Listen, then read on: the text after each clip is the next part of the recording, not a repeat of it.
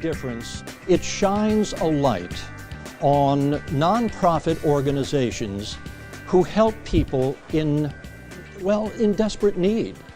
And that, in a sense, as I say, is what Building a Difference is all about, which is one thing that makes it so inspiring and so touching and will make you want to get involved.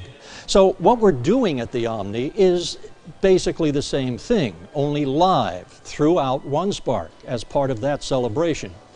What we're going to do right now is introduce you to a couple of guys who are involved in an organization, a nonprofit called Icare. I'd like you to meet Reverend Kent Dorsey and Reverend James Wiggins. They are co-presidents of Icare. Gentlemen, thank you for taking the time to be here. And I'd like to ask you right off the bat, just in case our viewers may not be familiar with the organization, what in the world is Icare? And what does it mean to Jacksonville? Yes. Well, Icare is an organization that has been in the city of Jacksonville for 17 years. Icare stands for Interfaith Coalition for Action, Reconciliation, and Empowerment. The organization is... All right, I'm going to ask you what that means right there, because that's a mouthful. Right. Well, that stands for the work that Icare does with a diverse group of citizens, and there are over 30,000 citizens that are made up of over 30-plus congregations, interfaith organizations that represent the total metropolitan community. And so we have a process within the organization that allows us to come together around various people needs to address situations in what we call a direct action fashion. So Kent, pick up the story from there, direct action fashion. But I'd like to add something too, if I may, and I suspect you're going to get into this.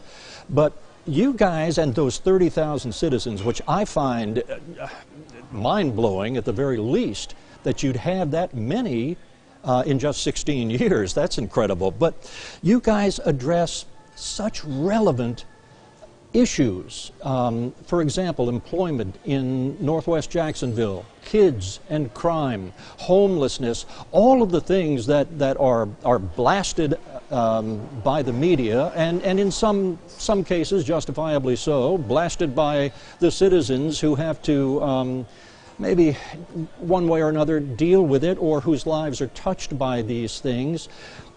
But there's another key that you guys have too that helps you get results, and that is you have the ears of the mayor of Jacksonville and you have the collective ears of Jacksonville City Council. So weave this into the story you are going to pick up on, Kent. When James describes us as a direct action organization, probably all of our 38 congregations do what we call mercy ministries, soup kitchens, clothing banks, things that provide direct services to people in need. But when we come together with Icare, our purpose is to take action on issues that affect everybody.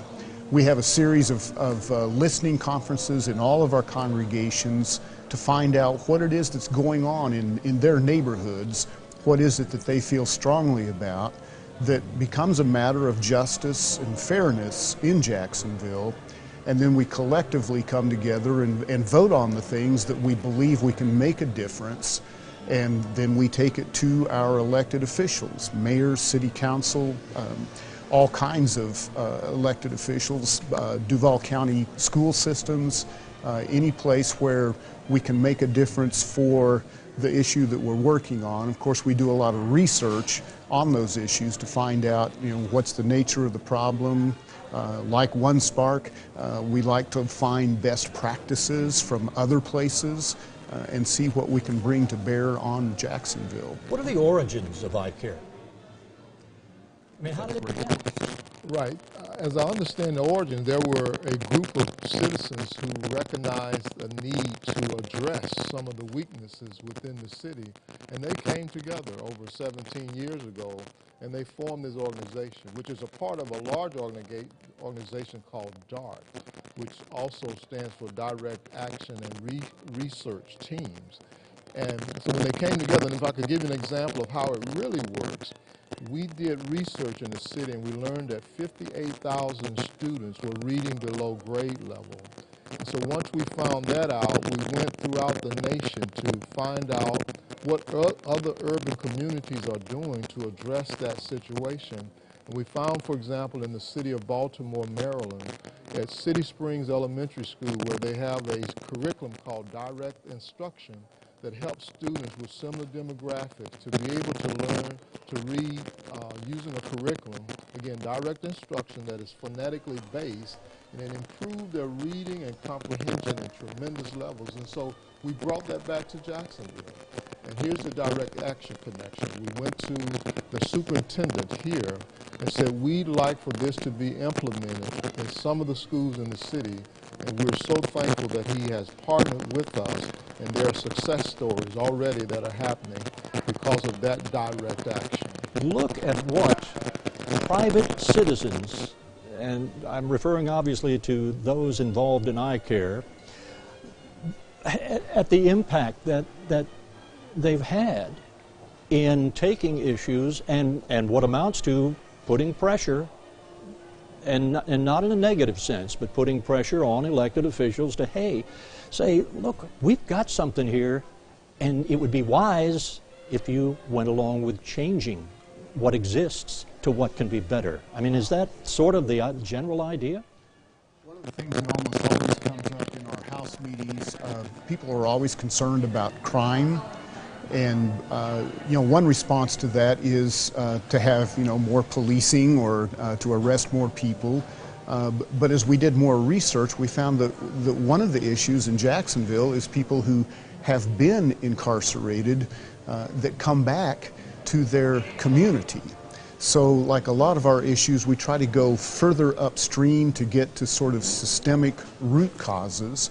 And what we found is a number of young people who are committed to the criminal justice system, that if they were arrested for a nonviolent misdemeanor, there's an alternative sentencing program, restorative justice. It's specifically called a civil citation.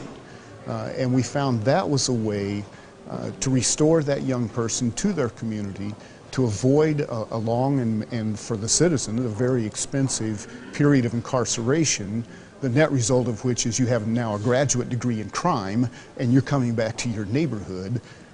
So these sort of best practices, digging a little bit deeper and looking for systemic change, yeah, we're addressing the issue of crime. It's over a longer period of time of how to keep people out of the criminal justice system. That also makes our neighborhoods much safer. How can people get involved if they would like to? And based on hearing what both of you have been saying, I'm sure some hearts have already been touched. So tell us, how do I get involved if I'm, and where do I get in touch? Ken can share the phone number, but in addition to the phone number to our Icare organization, if you're already connected to a religious organization, congregation, or assembly, talk to them about becoming a part of Icare. Because by engaging through that congregation or assembly, then that allows us to build our power base by having power based on the number of people. Because we feel like power is basically in the amount of money you have or the number of people you have. So we like to say that we have people power, so that when we go to our city officials, we're able to say we're not just here as 5 or 10 people, but we're here representing over 30,000 people who have come together to say, hey, here are issues and things that we want to address. But we do have a Facebook page, we have a website that's under construction, but we're going to share the phone number too, All right. so that people can call So that number. get out your pencils, get out your pens right now on a piece of paper, because here comes the phone number for Icare. It is 388-9181. We have 38 congregations now. Many of them are Christian congregations, but we are an interfaith organization. So we have synagogues, mosques, Unitarian Universalist congregations that are a part of Icare. And we're looking for our 39th member congregation and our 40th and our 41st right now. So give us the number one more time. 388-9181. And that's area code 904, correct? That's correct. Okay, so 904-388-9181. 9181. That's the number by which you can reach Icare and get more information. And remember, they also have a Facebook page. Give me, if you can, more examples of how the community at large has benefited as a result of what you all do. You've already given us a couple of great examples, the educational aspect with the kids and the reading, which is always a problem, the crime and how that's leading or has led to alternative sentencing and solutions there. What else? What about the economy and jobs?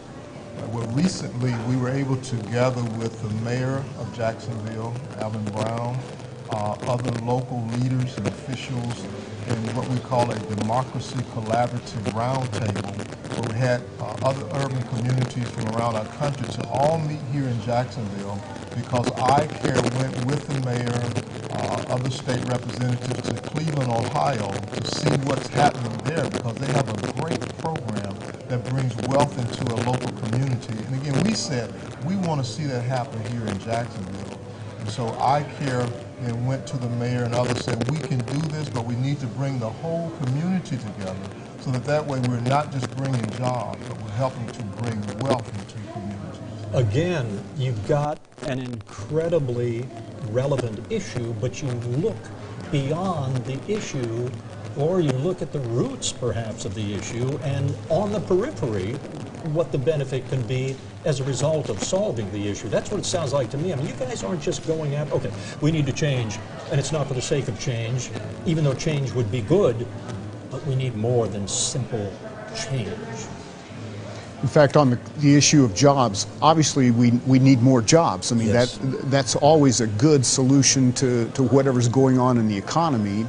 But as we went upstream from that, we found that there are neighborhoods and households that have had multiple generations of no wealth, no ability to do things like send the children to college or to start their own business. So when we found this model in Cleveland of getting their large anchor institutions, hospitals, higher education, involved together in a buy local, hire local, live local strategy, what it allowed those institutions to do is to lower their procurement costs for things that they need every day, simultaneously starting employee-owned businesses to meet those procurement needs right in the very neighborhoods where poverty and household wealth was a challenge. So it ends up being a win-win-win for everyone. And naturally, we were delighted that Mayor Brown was convinced that that was a great model, and we're trying to bring that model to Jacksonville right now. Well, we've heard that some of the benefits you bring to the community. How can the community meet needs that Icare may have? What are some of your needs? One of the greater needs that we always have is just to have people come on board to be a part of the organization. Which goes back to folks talking to leadership in various churches and saying, hey, we need to be part of Icare. Yeah, absolutely, because you can almost talk to any average citizen. They'll talk about the issues in the community, things they don't like, things they'd like to see improved. But often we're on the sideline addressing issues, and we're saying, get in the ballgame.